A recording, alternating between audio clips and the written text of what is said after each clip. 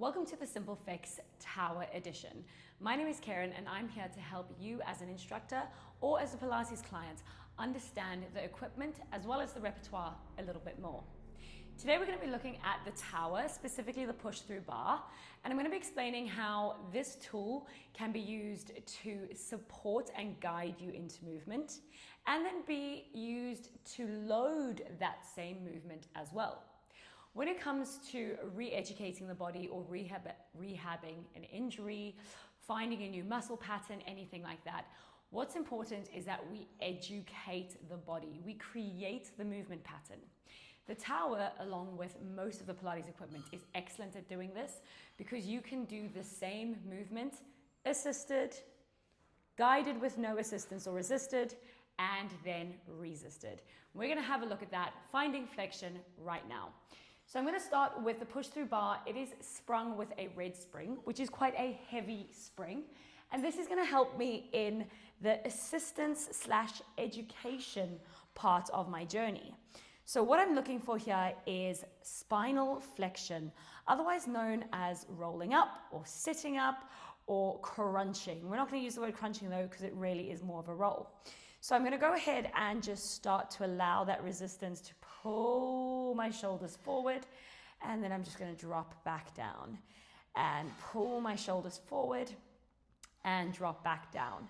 Now flexion requires scapular protraction, and often we're shouting at people to keep our shoulder blades down and we're not realizing that we're actually preventing them from getting into flexion. Now let's take this all the way up into a sit-up. So the spring is helping me out. I'm going to let my shoulders slide. I'm going to gather my head. The weight of the spring is actually pulling me up into that successful roll up. And then on the way down, the weight of that spring is helping me move slowly and smoothly and finding the shape and articulation within my spine. Let's do that one again.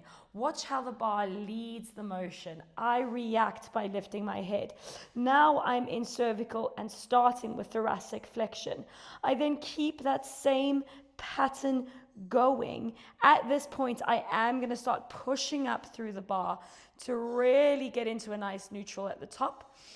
And then we're going to find a really articulated flexion. The spring is going to catch, so it's going to help me out right here. My abs are working, but they're not straining because I've got that spring support. I can just focus on the flexion and slowly articulating down. Now, that is flexion assisted. The spring is pulling me up. I can then go ahead and do exactly the same thing with no resistance at all. So I'm going to go ahead and pop my safety strap on. I'm going to get that spring off, okay? And then I'm going to do the same movement. It's not sprung from the top. It's also not sprung from the bottom. So what is the bar doing? The purpose of the bar is now to guide me.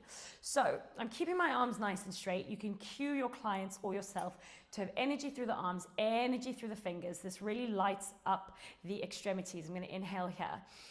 Exhale, cue by pushing that bar up, following with the head. Now it's up to me to drive through those arms. This is going to require a bit more energy. So I'm going to get a little bit more ab work working right from the beginning. And now you can tell me to keep that bar up where it is. Keep those arms nice and straight and slowly articulate that spine. Back down, down, down, down, down.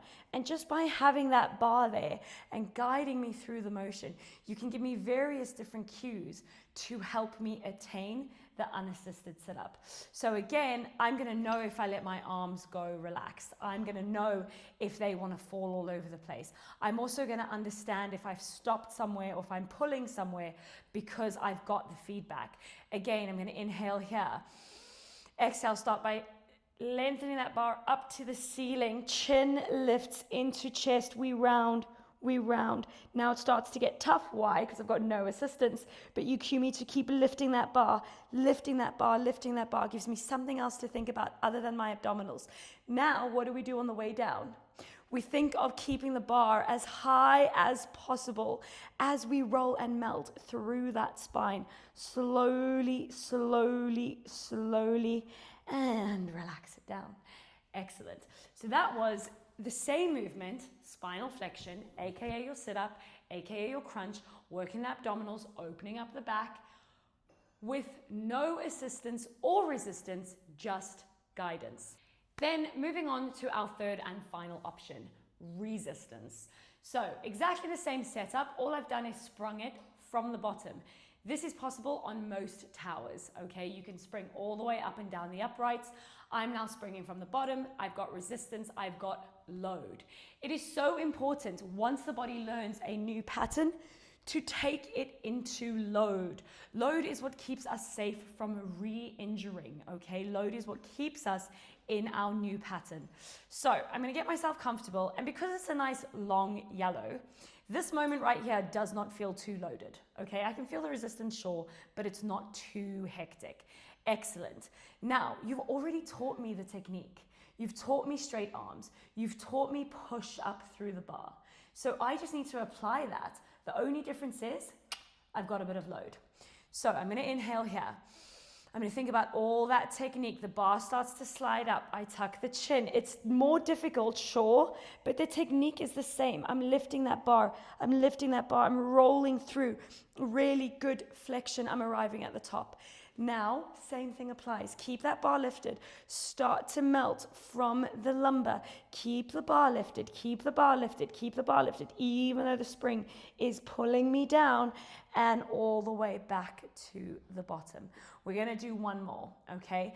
All of that technique that you've taught me, that you've instilled in my body, the pattern, all of that stays the same. The great thing about this tool is that you get to teach me the correct pattern while assisting me, so that by the time I get into resistance, by the time I get into load, okay, I know exactly what I'm trying to do. I'm not all of a sudden trying to push up like this, okay, just because it's heavier. I've still got that calm technique going, pressing that bar up, lifting bit by bit, all the way up to the top. Pause. Drop it down. Keep that bar as high as possible. Fight that resistance. Technique the same. And relax. That is a perfect example of how you can use the tower to assist and educate a new muscle pattern. Then just guide it, working only against gravity and your own body mechanics. And finally, taking it into load. Remember that when we're rehabbing anything, or when we're helping someone find a new pattern, it is not enough to educate the pattern and to mobilize. We do need to take it into load. If you enjoyed this video, make sure to like and subscribe, and I will see you in the next one.